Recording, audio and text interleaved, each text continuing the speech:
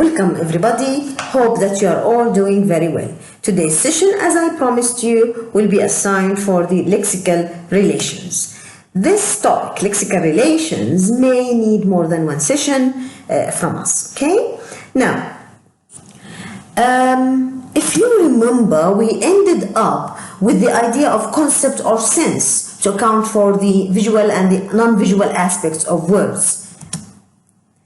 The question to raise here is, how are these concepts listed in our lexicon? And by lexicon, we mean our mental dictionary. How are they listed in our mental dictionary? Are these concepts arranged randomly in our lexicon, or are they connected in our lexicon? To answer such a question, well, we can say that these concepts are actually connected in our mental dictionary or in our lexicon, and these connections are known as lexical relations. So this will be the topic of today's session and the topic of the coming 2 sessions or more. It depends on, how many sessions the discussion of lexical relations needs. Okay? Now, the first lexical relation is synonymy, where we have synonyms here. Synonyms are defined as different phonological words which have the same or very similar meanings. And the examples are couch and sofa, for example, conceal and hide, toilet and lavatory, large and big, and so on and so forth. The second lexical relation is homonymy and homonyms. Homonyms are actually defined by Said as unrelated senses of the same phonological word, whether it has the same written form or not.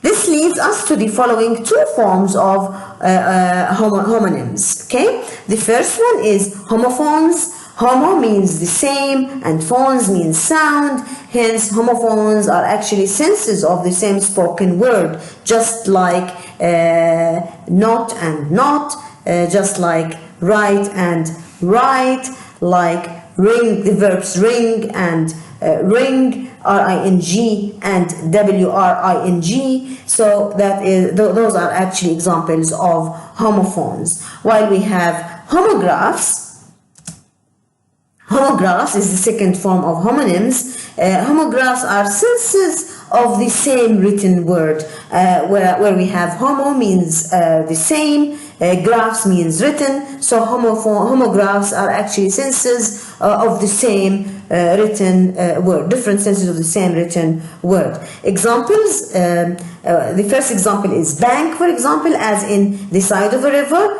or as in the financial institution. And we have another example, which is right, for example, R-I-G-H-T, which means correct in some situations, and it means also directions. Okay? So that's all about homonyms. The third lexical relation is actually polysemy and polysems. We have polysems here. Polysemy has something to do, or it deals with related senses of the same phonological word. So remember, homonyms or homonymy deals with the unrelated senses of the same phonological word, whereas polysemy deals with the related senses of the same phonological word. The example is actually what we have here is in front of us, head, H-E-A-D, head, as the part of the body on the top. The person in charge in an organization or institute, the top of or the highest part of something, the top of the highest part of something, as when we say the head of the page, or so on and so forth. So what we have here, all these different meanings are related in one way or another. They all refer to the top of something or to the top of somebody. Another example is actually foot. If you know the word FOOT, foot. The foot of the mountain, the foot of the lowest part of the body, as the lowest part of the body. So what we have here is actually two related senses of FOOT.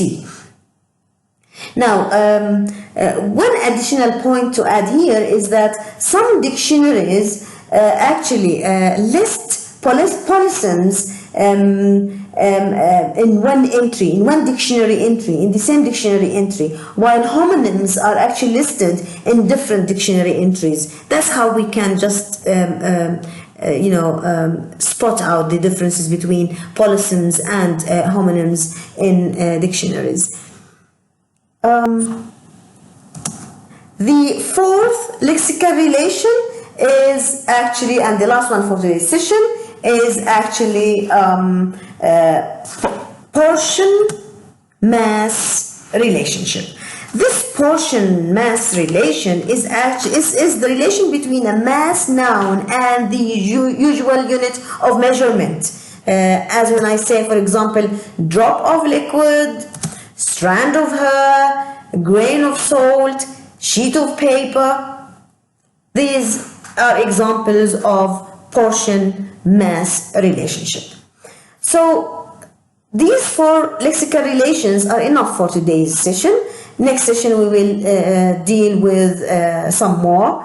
So this is the end of today's session on lexical relations. I hope that you have just found that useful to some extent, and I'll see you next time with more lexical relations. Thank you for listening.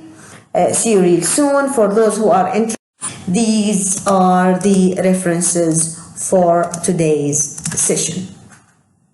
That's all for now. Bye bye. See you next time, and thank you for being with me.